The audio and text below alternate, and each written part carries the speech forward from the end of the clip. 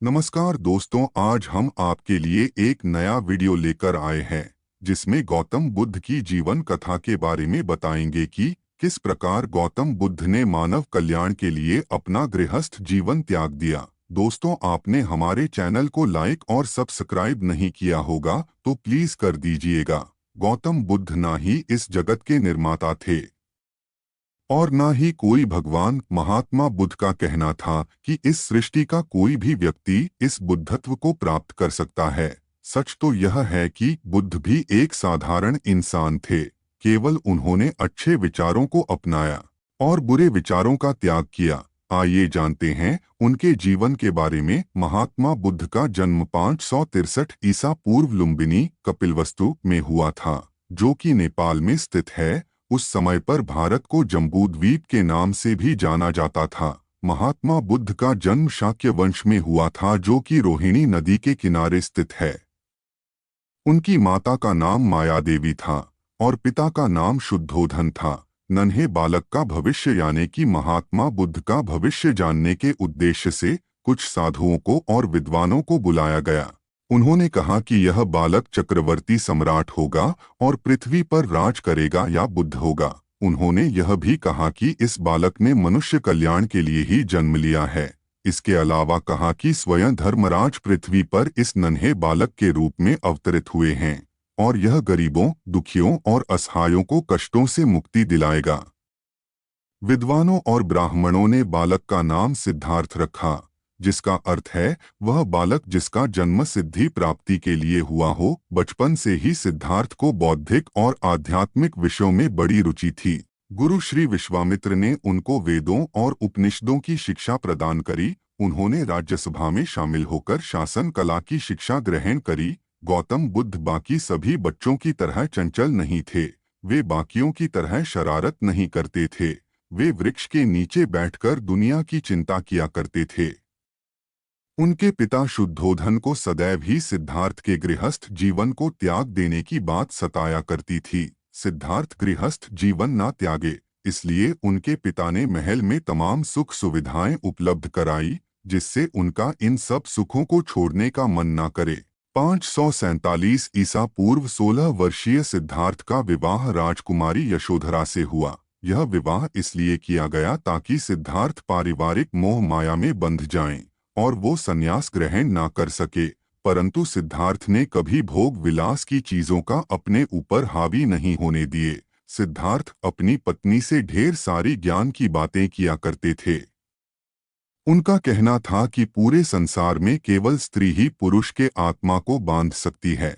इसी बीच यशोधरा ने पुत्र राहुल को जन्म दिया। सिद्धार्थ महल में रहकर भी वह बाहरी दुनिया के बारे में चिंतन के कारण भोग विलास की चीजों का आनंद उन्हें फीका लगता था तथा पारिवारिक मोह को कभी अपने लक्ष्य प्राप्ति के मध्य नहीं आने दिया। कभी कभी सिद्धार्थ महल के बाहर घूमने के लिए निकलते थे ताकि वो दुनिया देख सके। एक बार उन्होंने रास्ते पर चलते एक वृद्ध कमजोर व्यक्ति को देखा जो झुककर चल रहा था। उसकी आंखें धसी हुई थी। यह दृश्य सिद्धार्थ के मन को काफी विचलित करने वाला था। इससे उन्हें दुनिया के दुखों का अंदाजा हो गया। फिर उन्होंने एक बीमार व्यक्ति को देखा जो दर्द के कारण चिल्ला रहा था। उसका शरीर कांप रहा था। तब उन्होंने रोग क्या होता है इसे जाना। इस दृश्य से वह काफी दुखी हुए। उन्हें सभी भोग विलास की चीजें व्यर्थ लगने लगी। कुछ दूर और आगे जाने पर उन्हें एक शव दिखाई दिया जिसे 4 लोग कंधे पर रखकर ले जा रहे थे और उसके परिवार के लोग विलाप कर रहे थे। इस समय उन्हें जीवन और मृत्यु का ज्ञान हुआ। उन्होंने जाना कि जो व्यक्ति जन्म लेता है वह एक समय मृत्यु को भी प्राप्त होता है। तब उनके मन में विरक्ति की भावना उत्पन्न होने लगी। उन्हें सारा जीवन नीरस लगने लगा। थोड़ी दूरी पर उन्हें एक सन्यासी दिखाई दिया जो सांसारिक मोह माया से दूर प्रसन्नचित्त वाला था, मानो वह सारे दुखों से पार जा चुका हो। इस दृश्य को देखकर सिद्धार्थ ने संकल्प लिया कि वह इस मोह माया को त्याग कर संन्यास ग्रहण करेंगे। उसी रात्रि सिद्धार्थ ने अपनी पत्नी यशोधरा और पुत्र राहुल को छोड़कर सत्य की खोज में जंगल में चले गए ताकि दुनिया में सुख शांति स्थापित कर सकें। सिद्धार्थ परम सत्य और शांति की खोज में गया के समीप उर्विल्व के जंगलों में पहुंच गए।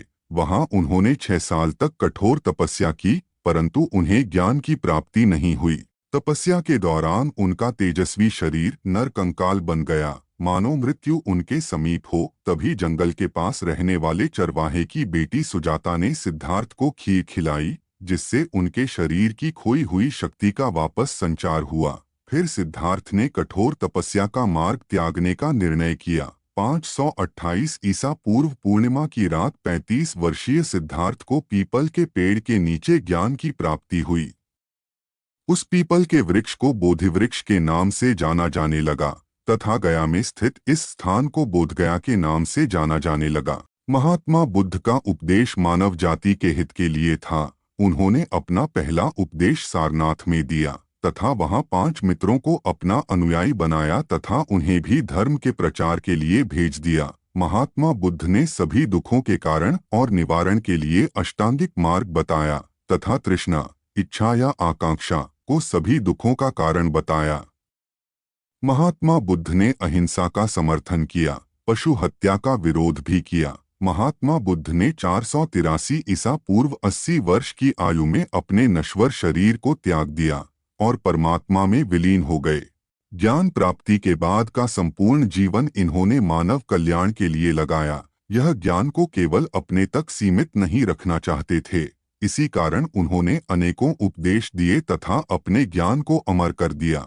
इसका निष्कर्ष यह निकलता है कि गौतम बुद्ध ना ही इस जगत के निर्माता थे और ना ही कोई भगवान।